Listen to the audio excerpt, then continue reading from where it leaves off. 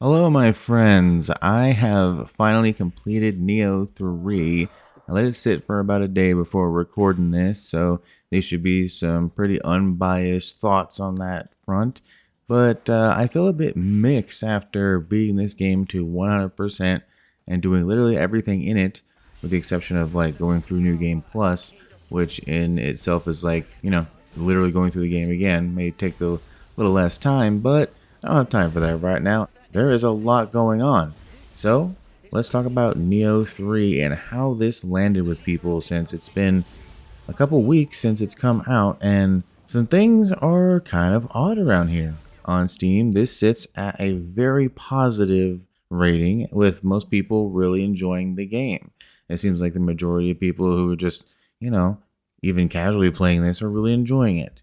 But there is a large section of people, including myself, that kind of sit in a more mixed position, being as there is a lot to love about this game, but there is also a lot that needs to be learned from Team Ninja about these games.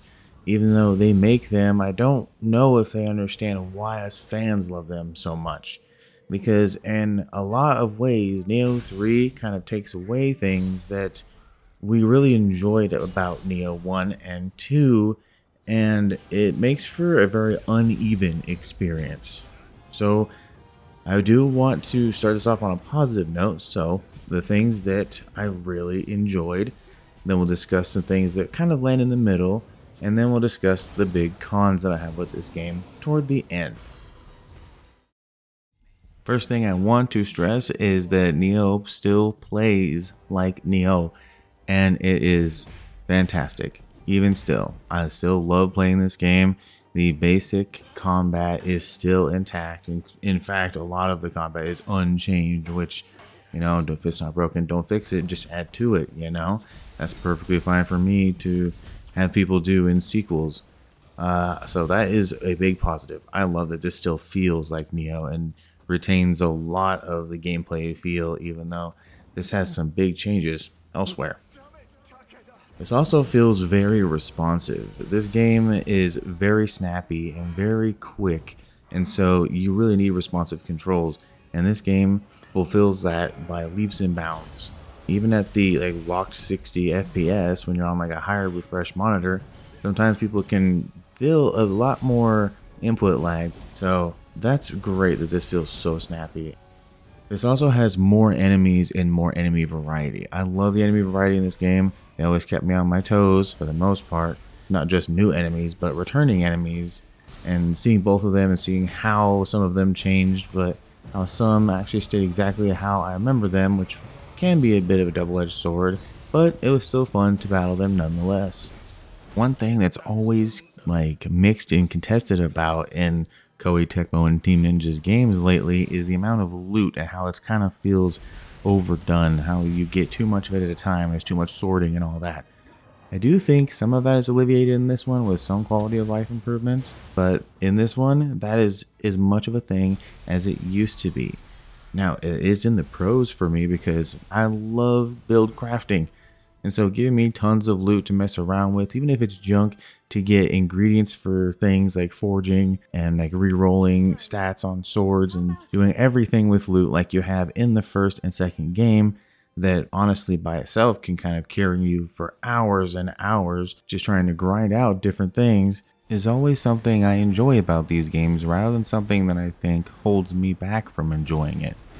And this extends to your cosmetics as well, because every piece of armor and everything you wear in this game, even the kinds of weapons that you wield, can all have basically a transmog system that lets you use any appearance of any weapon you found throughout the game. You can really make your character look however you want while still wearing the armor you want to wear for certain abilities and skills. Just don't be surprised when you look like a total goober in an emote battle with a Mujina and see how you really look when they copy what you're actually wearing. Another thing I really like about this game and actually kind of love is the weapon variety. Now, this can be kind of a mixed topic and we'll talk more about it a little later, but there are a ton of weapons in this game, some exclusive to one mode or the other. but I think the weapon selection in this is phenomenal. This also has a very fun world to traverse and kind of just explore and go find things. I do think it relies a little heavily on map markers. Like once you get so far in a place, it just starts showing you where everything is. And I do think the more push towards exploration rather being told where everything is probably would have been a good thing for this game. But honestly, when it comes to activities in this, they are pretty straightforward and very fetch questy. A lot of them are go here, kill the thing, or go here and shoot the magical white ferret, or like go here and find the little Kodama, which I do remember actually being harder to find in the previous games, even though they were linear rather than having trouble finding them over a larger open space in this one, and that seems a little backwards. So now we come into the middling things that I didn't love and I didn't hate, but they still are on my mind and can be a good thing and can be a bad thing. So let's start with the separation of samurai and ninja. This is good in the way that there are now two different styles and almost two different characters, because you can completely even change how you look from one style to the other, and even change if you want to be a boy or a girl in either style on the same character. But they are very much separated, and samurai does not feel nearly as strong as ninja in this game, and it's very apparent from the get-go. In ninja form, there is just a lot less key use and a lot more spamming attacks. There are no stances, so there are less moves to use, but they string together a little nicer. Think more Metal Gear Rising rather than Devil May Cry. Both are third-person hack and slash, but Metal Gear Rising deliberately makes every combo feel like your own by having every move just kind of seamlessly go between each other, right? And that's kind of how Ninja is in this game. Samurai is exactly the same. I mean that literally. There are not a ton of changes to the Samurai class. This is a good and bad thing. Samurai class has basically been perfected over 3 games, but the bad part is it doesn't get anything new to really bridge the gap between how good Ninja mode is versus Samurai mode. This separation also limits you with weapons that are in this game. Like I said before, I love the weapon variety in this game. What I don't love as much is weapons being locked to one class or the other, because that does really limit your options. I would kind of expect some exclusive ninja weapons just by the fact that you want them to feel different, right? You want them to feel vastly different. And an easy way to do that is just to make one weapon a ninja weapon. And you can take the Kusarigama, for instance, because now it is exclusively a ninja weapon. Without the samurai class and its 3 stances, a lot of the moveset for the Kusarigama has been removed because the ninja only has one moveset plus their ninjutsu. And some aspects of the ninja class just don't feel balanced very well. Like, this was implemented not in a haphazard way, but not fully thought out. You can kind of exploit enemies using the jump, which I thought was kind of hilarious, because that is very apparent when you get to the Nioh 2 enemies that are reused in this one. And like, they haven't changed anything, so they don't have any real defense against like an aerial opponent. You are always on the ground in 1 and 2 for the most part. There's a couple moves that kind of send you into the air for a second.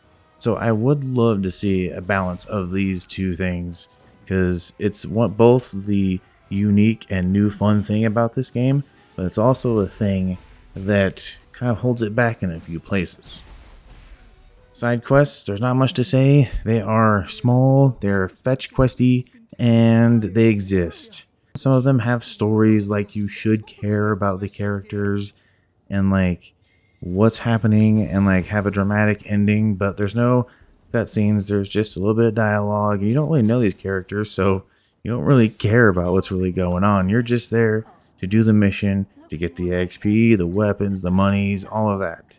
The last middling thing I think about this game that I could actually just do without, and I would be even happier for it, even though I did have some fun with it, is the open world structure or open area, or whatever you want to call it, because it's not true open world. Okay, it's much too small and very pathway to pathway like. It's open zone. This change to me could just not exist. Like, I actually think I enjoy the linear version of Nioh much more because of the tailored experience that I think it fuels and has you feeling during your playthrough. It has walls that feel insurmountable at first because you have to be there. That you gotta grind it out. You just gotta really get good and get it. You don't really have to do that here. It has kind of the same issue Elden Ring has, even though Elden Ring is a 10 out of 10 game. I will never say anything really bad about it. It is much easier than every other Dark Souls game because it has more options. You can do more things. If you're struggling with something, you can leave and then go grind some stuff out just to come back a little stronger and have a much easier time with whatever boss you were previously stuck on, rather than it be in a lane and tell you have to get past this boss right now. Figure it out. You don't really have that option in the other games. You can replay a little bit here and there, but it's kind of just grinding for a little bit of strength. Whereas here, the things you are running around and collecting are adding a lot more than just raw strength. They're adding chances for different things, multipliers, and a bunch of other things that make battles significantly easier than they were before. And I do think that aspect of Nioh feels much better, especially in the way of like difficulty scaling. Because some places in Nioh 3, you can feel like, wow, this is a hard place to get through. And other places, when you're even going up against enemies that you feel like you probably shouldn't be, pushing into territories that are a little above your level, they're really, really easy sometimes. And if you get, good stuff and start pushing beyond your level early on, it really does ruin the balance of the rest of the game because it just gets stupidly easy to get a nice little even average build together and just wipe the floor with a ton of enemies. Now that's not to say that this game isn't difficult. I have played just a lot of Nioh, and so I don't think I died more than 10 times this entire game. And so I do feel like for me it is a lot easier. I do think other people maybe who don't spend a lot of time in these games probably will have a harder time, but overall its easier difficulty and openness of its world just don't really mesh with me. I would not be mad if Nioh 4, whatever they're doing next, was kind of a hybrid where you had these kind of linear sections that have a little bit more like explorable areas. I do think that's the magical middle ground that Nioh 4 needs to land on. Just somewhere in between Nioh 3 and 2. Somewhere in there lies the secret sauce of level size and explorability, but also with feeling like a tailored experience and not just a bunch of areas around the map with kind of pointless things to do other than gather currency in the form of points for most things to get stronger. Now there is one last thing we have to talk about with this game, and it's basically the big con. There is a lot of cons depending on who you are, like with nitpicks here and there, and I don't think they're too big nitpicks, but in the grand scheme of what my cons are, they feel like nitpicks, but they were more like changes that were more for the negative than positive. My con is performance. Now this game does perform well when you have a stable environment. And by that, what I mean is this game is too heavy for how it looks. This is also something that was a big criticism with Monster Hunter Wilds. I don't understand why a game that looks worse than the previous titles in a lot of ways is so much heavier. Some of that I get because it's open world, but at the same time, like, it is so much heavier. I think a lot of that has to do with like ray trace reflections and things like that, and lighting and stuff like that, even though the reflections and lighting don't have the best implementation in the first place. But the big issues come in the form of this engine's limitations, basically.